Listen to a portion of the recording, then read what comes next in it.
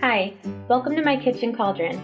Fall is in full swing, and today we will honor one of the season's icons, the mighty pumpkin. With this recipe, you can create your own pumpkin spice latte or flavored coffee any time of the year for much less money. So let's get started. First, measure out half a teaspoon of ground nutmeg. Add it to the bowl. Next, take half a teaspoon of cloves. Add that in too.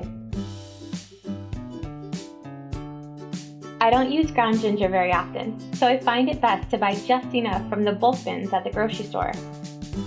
Measure half a teaspoon and add this to the other spices. Finally, it's cinnamon's turn.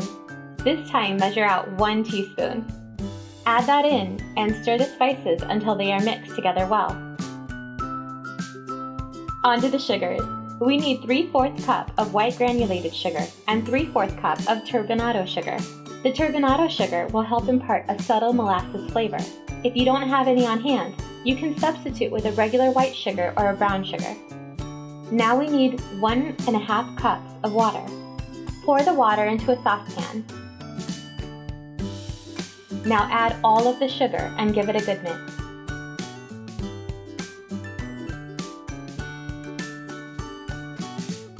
Place the saucepan on the stove and heat it to a boil. Stir throughout this process to make sure that the sugar dissolves. When the sugar has reached a boil, reduce the heat to low and add the spices. Stir the syrup to help incorporate the spices. I prefer to use a whisk because it makes it so much easier, but a fork will get the job done too. Continue to simmer the syrup on low for 5 to 10 minutes, being careful not to let it come back to a full boil. Remove the saucepan from heat and let it cool for about 20 minutes.